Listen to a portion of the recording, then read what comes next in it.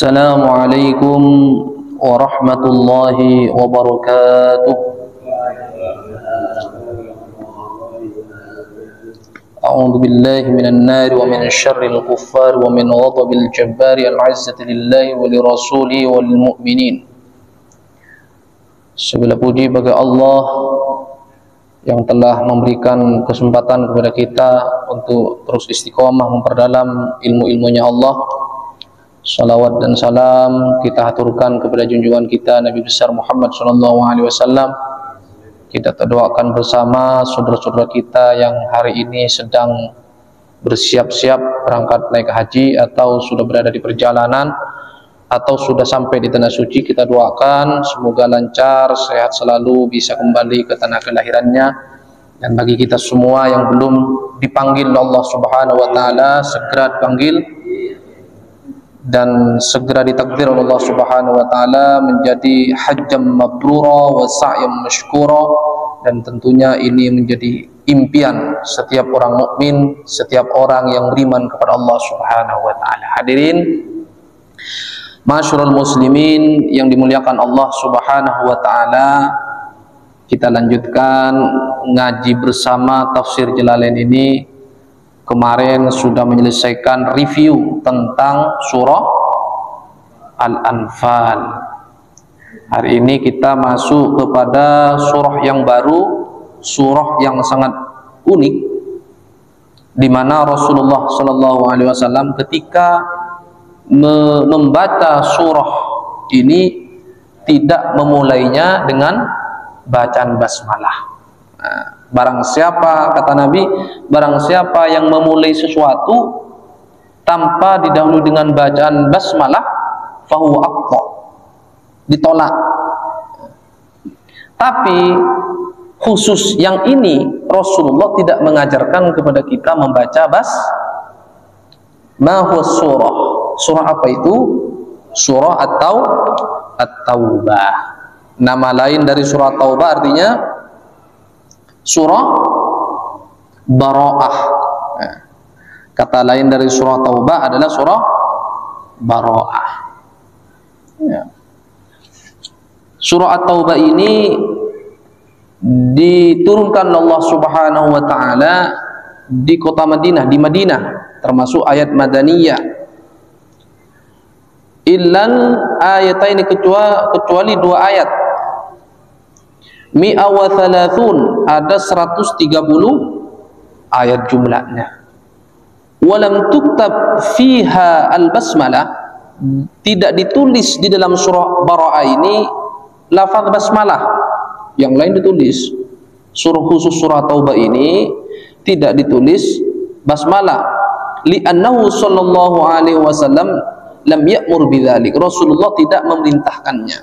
Jadi khusus surah At-Taubah, surah Bara'ah ini tidak ditulis di dalam penulisan Al-Quran, maksudnya tidak ditulis lafaz basmalah. Dalam Quran Utsmani biasanya ditulis sebuah doa di sampingnya, bisa dicek nanti gimana hafal doanya. A'udzu billahi minan nari wa min syarril kuffari wa min ghadabil jabbari al-'izzati lillahi wa li rasulihi wa lil mu'minina bara'atun minallahi wa rasulihi ilal ladzina 'ahadtum minal musyrikin. Jadi enggak usah membaca basmalah. Bagaimana kalau terlanjur membaca basmalah? Kalau lupa, namanya lupa, ya. Siang-siang bulan Ramadan lupa makan, yaitu rezeki, namanya lupa. Tapi kalau disengaja, ulama ahli tajwid, ulama tafsir menyebutkan kalau sengaja membaca basmalah, sudah di sini sudah dijelaskan, ya, lam tuktab fiha al-basmalah li'annahu lam ya'mur Rasulullah sallallahu alaihi wasallam bidzalik. Sudah jelas, sudah tahu, tapi masih memaksanya dengan sengaja, maka hukumnya haram. Satu, kapan memulai ayat itu tidak harus memulai dengan basmalah? Banyak. Misalnya jadi imam. Jelas kalau yang dibaca surah At-Taubah mau di awal, mau di akhir, ya, laqad ja'akum rasulun min anfusikum azizun 'alaihi ma 'anittum harisun 'alaikum bil mu'minina raufur rahim ila akhirih. Itu termasuk akhir surah At-Taubah ya. Jadi itu tidak diperkenankan membaca basmalah atau rakaat kedua dan niatnya ingin melanjutkan ayat rakaat yang pertama, karena sejatinya basmalah itu digunakan sebagai tanda yang memisah antara surah-surah Al-Quran. Surah Al-Ikhlas, qul huwallahu ahadunillahus samad lam yalid wa lam yulad wa lam yakul lahu kufuwan ahad. Bismillahirrahmanirrahim. Qul a'udzu birabbil falaq min syarri ma khalaq wa min syarri ghasikin idza waqab wa min syarri naffasati fil 'uqad wa min syarri hasidin idza hasad. Bismillahirrahmanirrahim. Qul a'udzu birabbin nas malikin nas ilahin nas min syarril waswasil khannas alladzi yuwaswisu fi sudurin nas minal jinnati wan nas. Shadaqallahul azim. Jadi gunanya basmalah itu adalah memisah antara surah-surah Al-Quran. Pak Ustaz, kok saya ngaji Al-Quran kok nggak ketemu bismillah? Ya karena suratnya panjang ya.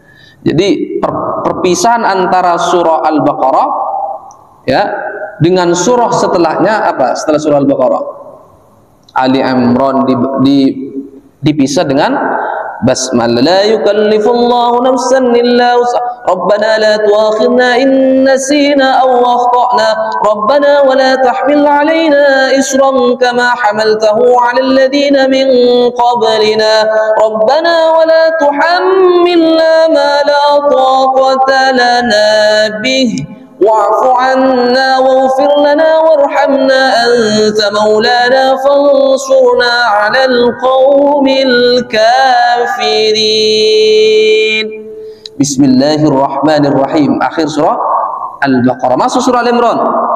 Bismillahirrahmanirrahim. Alif Lam Mim. Allahu la ilaha illa huwal hayyul qayyum. Nazzala 'alaikal kitaba bil haqqi musaddiqan lima bayna yadayhi wa anzala at-taurata wal injil. Seterusnya sampai hatam. Jadi gunanya bismillah, kecuali surah At-Taubah. Mengapa surah At-Taubah? Ya, mengapa surah At-Taubah itu tidak dimulai dengan basmalah? Ya, di sini penjelasannya banyak. Ya. Kama yu'khadhu min hadis rawahul Hakim, sebagaimana diambil, dinukil atau dikutip dari hadis yang diriwayatkan oleh Hakim, wa akhraja fi ma'nahu an Aliin, yang diambil hadis secara makna dari Sayyidina Ali radhiyallahu an, annal basmalah amanatun, ya, wa hiya nazalat li raf'il amni bis sayf. Ya, pernyataan ya bahwa surah At-Taubah ini merupakan apa? Kemarahan Allah Subhanahu wa taala kepada orang-orang musyrik lantaran mereka sudah selalu melanggar perjanjian. Perjanjian ini, perjanjian ini, perjanjian ini, perjanjian, banyak perjanjian, tapi mereka selalu mengingkari perjanjian itu. Sehingga kemudian argumentasi di sini ini, kenapa dalam surah At-Taubah ini tidak diawali dengan basmalah? Bahwa basmalah itu adalah kalimat yang mendatangkan keamanan, ketentraman, rahmat Allah Subhanahu wa taala, Ar-Rahman Ar-Rahim, kasih sayang. Sementara surah ini memang diturunkan Allah Subhanahu wa taala karena umat Islam sudah menyelesaikan perjanjian-perjanjian yang selama ini selalu diingkari itu. Ya. Ini liraf'il amni bis saif, untuk tidak lagi berdamai dengan orang-orang kafir dengan menggunakan pedang. Artinya apa? Hari ini sudah tidak ada toleransi. Dari awal Islam ngalah terus, diingkari ngalah.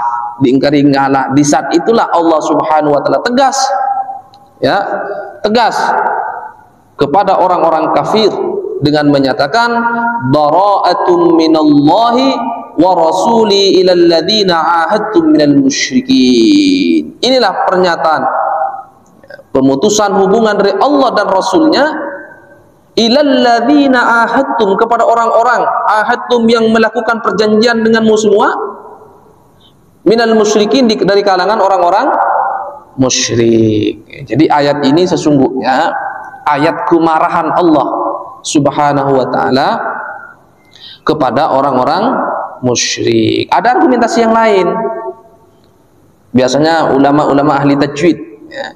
Kenapa surah Taubah itu tidak diawali dengan basmalah, lam yubda bil basmalah? Karena surah isinya ya, isi daripada surah At-Taubah ini ada kesatuan dengan surah sebelumnya, surah Al-Anfal. Separuh surat Al-Anfal itu isinya ya sama, kontennya kira-kira begitu ya. Kontennya, isinya sama. Makanya tidak perlu dibatasi dengan basmalah.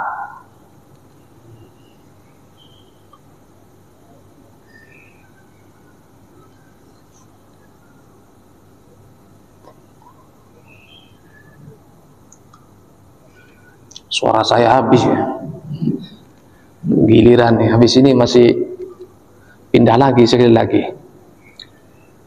Jadi intinya surah Taubah ini adalah peringatan keras yang diturunkan oleh Allah Subhanahu wa ta'ala kepada orang-orang musyrik, mengingat mereka selalu melanggar perjanjian. Jadi dalam kondisi darurat kita diperkenankan menghilangkan sikap toleransi itu.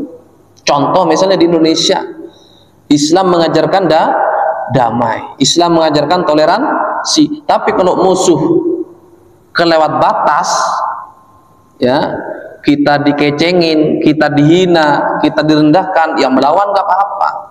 Jadi kesabaran itu ada batasnya. Dipukul senyum, itu namanya gila, bukan sabar, ya. Ini memberikan hikmah mau'izah kepada kita bahwa sabar itu juga ada batas. Ya, kalau ada potensi mau dibunuh orang, bukan menghadap saya ingin syahid, bukan. Kita tetap harus membentengi diri. Saya ingin mati syahid, saya mau berangkat ke medan perang, nggak bawa pedang di depan begini, ya itu namanya mati bunuh diri. Kita tetap harus berjuang karena Allah Subhanahu wa ta'ala, berperang, mengikuti prosedur, mengikuti kebiasaan yang harus dilakukan.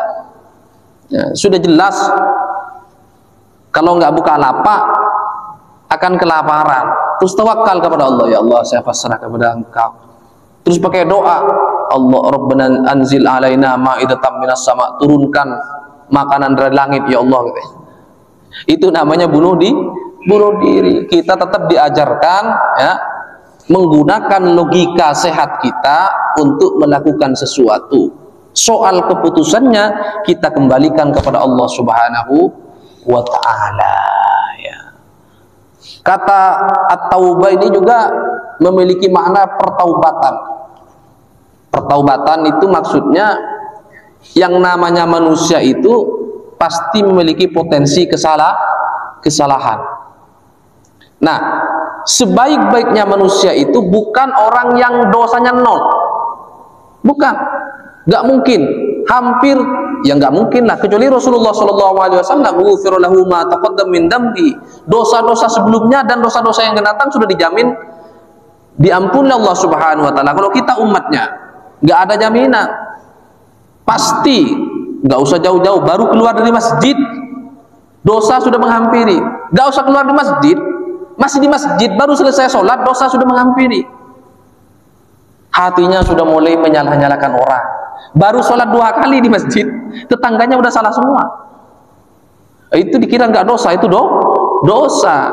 Maka dari itu Allah mengajarkan kepada kita, kalau melakukan dosa ya segera berminta ampun kepada Allah Subhanahu wa taala. Innamat taubatu 'alal ladzina ya'maluna as-su'a bijahalatin tsumma yatubuna min qaribin faulaika yatubullahu 'alaihim.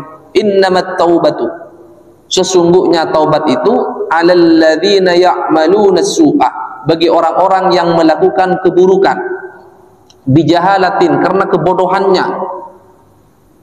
Yang dimaksud dengan bijahalatin ini baik sadar maupun tidak sadar. Kan ada orang melakukan dosa tanpa sadar, ada orang yang memang sengaja berbuat dosa, itu namanya bijahalatin. Summa yatubuna min qaribin, kemudian bertaubat dengan segera, minta ampun kepada Allah Subhanahu wa taala. Ya. Baca astaghfirullahalazim, kita meminta kepada Allah, ya Allah, saya sudah 3 kali melakukan kesalahan. Sepanjang jalan dari rumah ke masjid saya sudah beberapa kali melakukan kesalahan. Minta, ya Allah, kami tidak mampu menahan hawa nafsu, kami tidak mampu menghindari kesalahan-kesalahan dan dosa. Summa yatubuna min qaribin, kemudian bertaubat dengan cepat. Faulaika yatubullahu alaihim, mereka itulah yang diterima taubatnya oleh Allah Subhanahu wa ta'ala. Makanya Islam itu mengajarkan agar kita tidak boleh putus asa. Kalau melakukan kejelekan, segera lakukan keburukan, kan begitu kata Nabi. Ya, syukur-syukur kita rajin menghitung-hitung keburukan yang kita lakukan, ditimpali, dibalas dengan kebaikan-kebaikan. Punya masalah masa lalu, punya dosa-dosa masa lalu, orangnya sudah meninggal, belum sempat minta maaf. Bagaimana caranya? Kita memperbanyak memintakan ampun orang yang kita jahili, orang yang kita zolimi, agar diampuni dosanya oleh Allah Subhanahu wa taala. Orang kalau sudah mati, kita sudah pasif. Orang kalau sudah meninggal, orang sudah wafat, sudah pasif, sudah nggak bisa minta maaf lagi, ya kan? Sementara orang sudah meninggal kelihatan semua itu. Walaupun belum sampai di perhitungan amal di akhirat, di mahsyar, baru meninggal orang sudah tahu. Ya, orang sudah tahu suatu saat akan masuk surga atau suatu saat akan masuk neraka, sudah ada tanda-tandanya. Makanya kalau ada orang meninggal itu kan bahasa doanya itu adalah Allahumma ja'al kuburahum raudatan min riyadil jinan. Ya Allah, jadikan kuburannya taman-taman surga. Belum di surga itu, masih di taman, masih di taman, belum surga yang sebenarnya, tapi sudah merasakan kenikmatan itu. Wala taj'al kuburahum hufratan min hufarin niron, jangan sampai kuburannya menjadi tempat percikan api neraka. Nerakanya sudah mulai terasa panas, padahal belum di neraka sesungguhnya. Makanya kalau orang sudah meninggal, nah ini peringatan bagi kita semua nih, ya.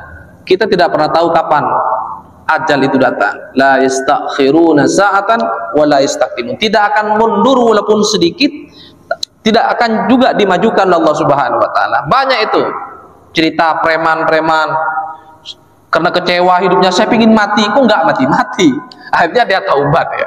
Banyak. Kemarin saya lihat di medsos, ada seorang preman kecewa hidupnya karena orang tuanya broken home, kecewa pokoknya sama Allah, udah lahir jelek, miskin, orang tua cerai, pokoknya stres. Saya lebih baik mati.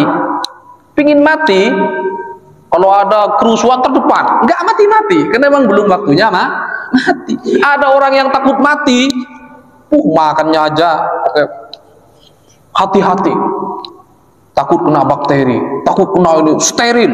Kalau makan tidak mau di warteg, kalau makan nggak mau di jalanan, dan saking takutnya mati. Kalau udah waktunya mati. La yastakhiruna sa'atan wa la yastaqdimun. Maka dari itu Islam mengajarkan kepada kita untuk selalu waspada. Tidak mesti harus nunggu hari tua. Masih muda, ya harus tetap waspada. Jangan sampai belum sempat bertobat kepada Allah Subhanahu wa taala, ajal sudah menjemput kita. Nauzubillah summa nauzubillah. Dan orang meninggal itu, orang wafat itu, ya merasakan. Orang itu kan takut mati, takut prosesnya, ya kan? Takut prosesnya. Kalau orang sudah mati ya biasa aja. Kalau kita lihat tuh korban di Palestina, sedih, mayatnya, wah, ada yang dibakar hidup-hidup, naudzubillah, sedih. Ya bagi yang mati ya biasa. Biasa. Ada orang yang wafatnya itu dicincang. Siapa? Para syuhada Uhud. Sayyidina Hamzah diambil hatinya, sahabat-sahabat dipotong tangannya, banyak sahabat-sahabat meninggal. Kelihatannya menakutkan, tapi sesungguhnya mereka mati dalam keadaan tersenyum karena mati jalan Allah Subhanahu wa taala.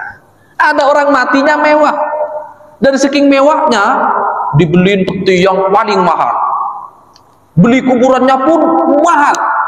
Mana itu? Mahal. Kalau kuburan karet kan murah itu. Kuburannya aja lebih mahal dari harga rumah. Ada nggak? Banyak di Jakarta kalau duitnya banyak.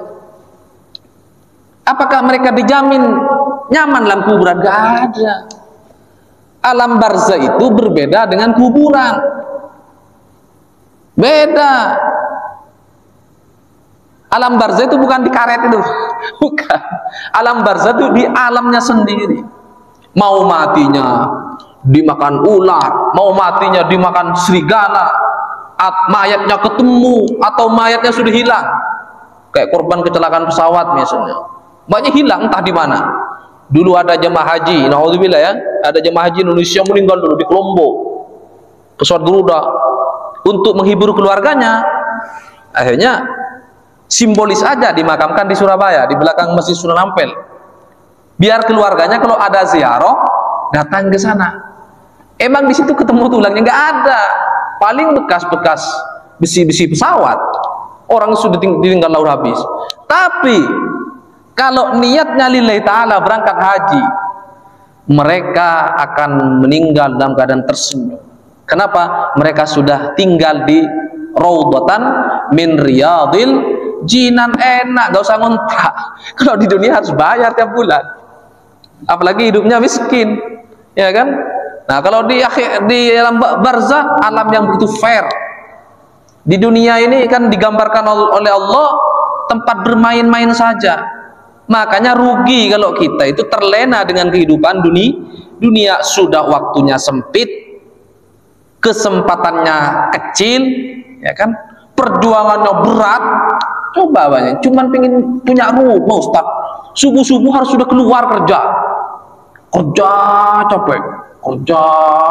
Sudah punya rumah, gak terasa ternyata usia sudah 50, uban sudah mulai penuh, selera makan sudah berkurang.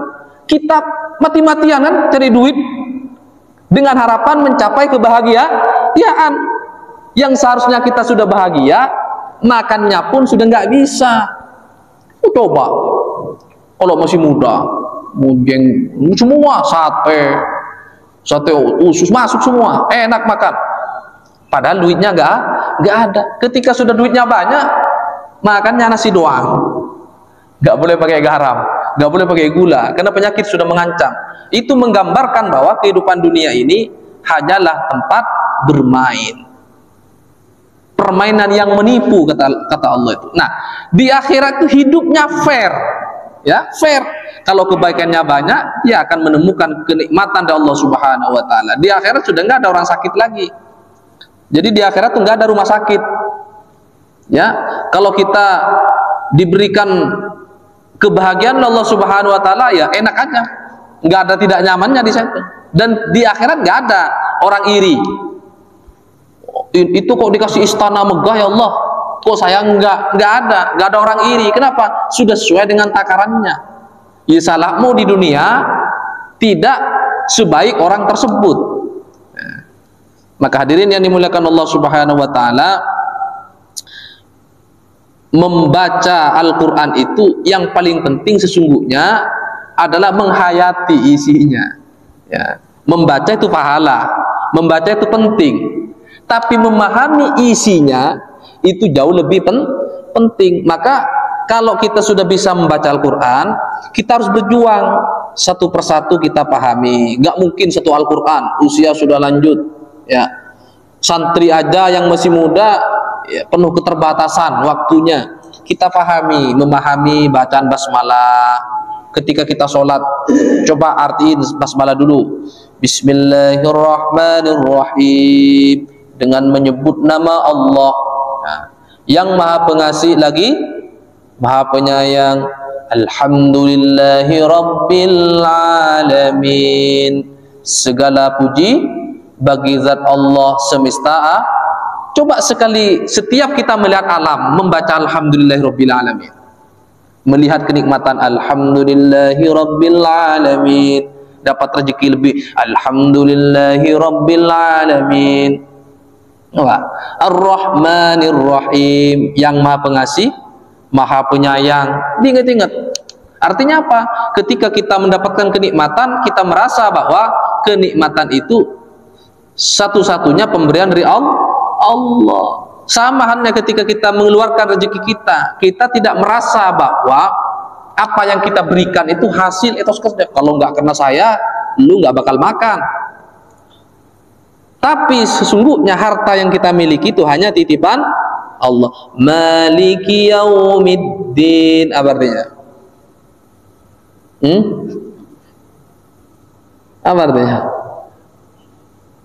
Maliki yaumiddin, Maliki yaumiddin, pemilik hari pembalasan. Artinya apa? Semua yang kita lakukan hari ini itu, ya, Allah akan membalasnya. Pak Ustadz, saya sudah rajin sholat, rajin duha, kok rezeki tetap seret? Tenang, tidak ada ceritanya orang yang meminta kepada Allah tidak diterima. Pasti diterima semua. Semua permintaan kita diterima oleh Allah. Kapan? Ya, itu yang menjadi pertanyaan kita. Kapan? Bisa jadi permintaan kita ditunda oleh Allah Subhanahu wa taala karena timingnya belum pas. Ya Allah, berilah kami kekayaan yang melimpah seperti naga 10. Ya, timingnya nggak pas, jualan soto pinggir jalan ya. Harus sesuai dengan logika ekonomi. Mungkin 30 tahun yang akan datang baru terrealisasi. Atau Allah tahu ini orang kalau saya kabulkan hari ini rusaknya orang. Bisa jadi. Atau Allah, ya, sengaja tidak dikasih kepada kita, tapi oleh Allah dikasih kepada anak cucu kita. Kan suka kadang-kadang iri sama orang lain kita itu. Enak, brojol langsung nyaman hidupnya. Suka iri kita kan? Nggak tahu jangan-jangan kakek dia yang berdoa. Padahal dia jarang ke masjid. Tapi kok enak hidupnya itu. Ada kan? Ada itu. Sholatnya ya biasa-biasa aja, 5 waktu, ya kan? Doa yang nggak tajam-tajam amat kayak kita. Pemahaman agama yang nggak baik-baik seperti kita lah, kira-kira begitu. Tapi kok hidupnya tenang, damai? Ya bisa jadi karena doa nenek moyang. Sementara nenek moyang kita kalah doanya dengan nenek moyang mereka. Maka dari itu kita tidak boleh menyia-nyiakan waktu. Kita harus banyak berdoa meminta kepada Allah Subhanahu wa taala. Tidak dikasih kepada kita, siapa tahu dikasih kepada anak, cucu sampai ke bawah. Makanya Rasulullah SAW itu sering berdoa, Rabbana ighfir lana dzunubana wa li ikhwanina alladzina sabaquna bil iman. Karena Rasulullah sadar kebesaran Rasulullah SAW itu tidak lepas dari kebesaran nenek moyangnya. Siapa? Nabiullah Ismail, Nabiullah Ibrahim. Sudah saya kita ngasih prolog aja, yang penting sudah ada gambaran dan melekat di hati kita tentang saripati atau hikmah atau mau'izah dari nama surah Al-Quran. Jumlahnya 114. Kalau seminggu 2 kali butuh berapa tahun? Baru nama suratnya aja. Apalagi dikaji satu persatu sampai selesai. Kira-kira butuh berapa puluh tahun itu? Ya, berarti kalau setahun berapa minggu? Setahun ada sekitar 42 minggu. Kita ngaji di sini sebulan sekali. Berarti ada berapa kali pertemuan kita? Ya.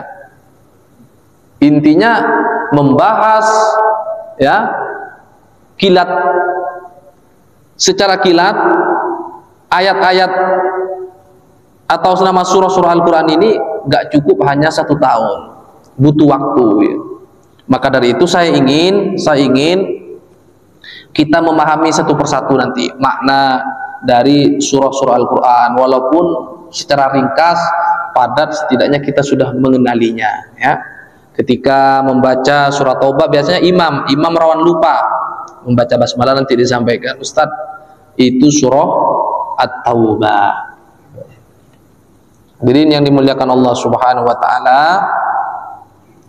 surah At-Taubah ini juga memberi pelajaran kepada kita bahwa di dalam menjalani kehidupan ini selalu ada yang namanya rintangan dan tantangan. Ini yang paling penting.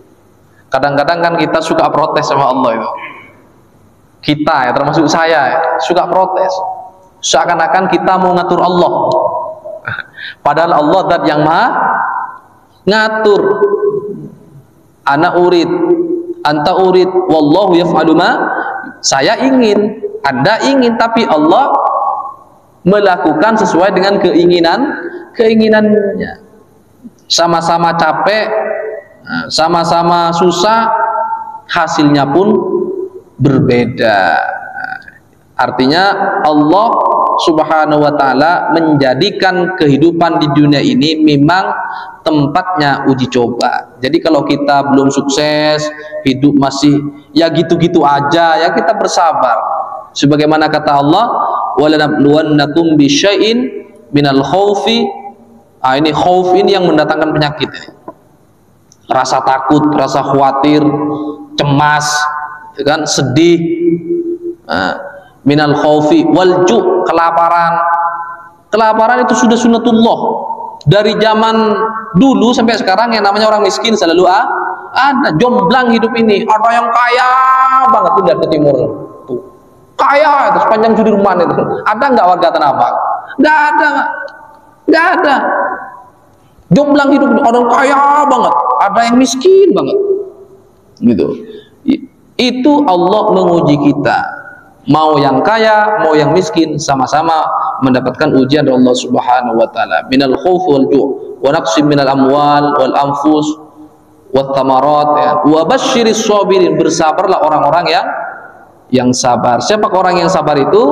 Alladzina idza asabathum musibatun qalu inna lillahi wa inna ilaihi raji'un. Ketika mendapatkan musibah, mereka beristirja dengan mengatakan inna lillahi wa inna ilaihi raji'un. Jadi kata inna lillahi wa inna ilaihi raji'un itu fungsinya bukan hanya ketika ada orang mati. Kan suka ada salah paham kita itu ya, seolah-olah hanya fungsinya untuk orang mati. Padahal ketika kita dapat musibah, kita dianjurkan membaca itu inna lillahi wa inna ilaihi raji'un. Kami berpasrah diri kepada Allah Subhanahu wa taala, wa inna ilaihi raji'un, kami kembali hanya kepada Allah Subhanahu wa taala. Kita pasrahkan sepenuhnya hidup kita ini hanya kepada Allah Subhanahu wa taala dengan harapan kita semua mendapatkan ridhonya.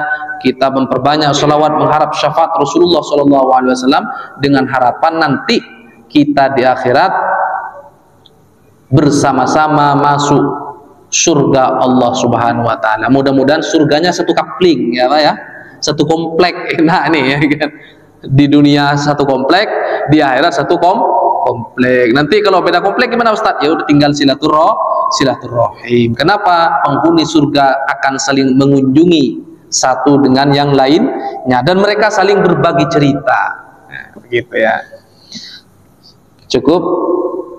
Mudah-mudahan bermanfaat sedikit dan memberikan pencerahan kepada kita untuk terus memperbanyak belajar. Belajar itu bukan hanya belajar Al-Quran saja, belajar dari kehidupan yang ada di sekitar kita ini. Itu semua mengandung hikmah dari Allah Subhanahu wa ta'ala. Ada pertanyaan? Cukup nggih? Hadanallahu wa iyyakum ajma'in. Allahul muwaffiq ila aqwamit thoriq. Wassalamualaikum warahmatullahi wabarakatuh.